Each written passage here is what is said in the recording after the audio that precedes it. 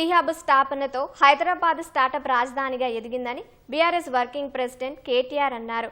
దేశంలోనే స్టార్టప్ ఎకోసిస్టంలో తెలంగాణ అగ్రగామిగా ఎదగడానికి టీ హబ్ పునాది వేసిందని సామాజిక మాధ్యమం ఎక్స్లో కేటీఆర్ పోస్టు పెట్టారు.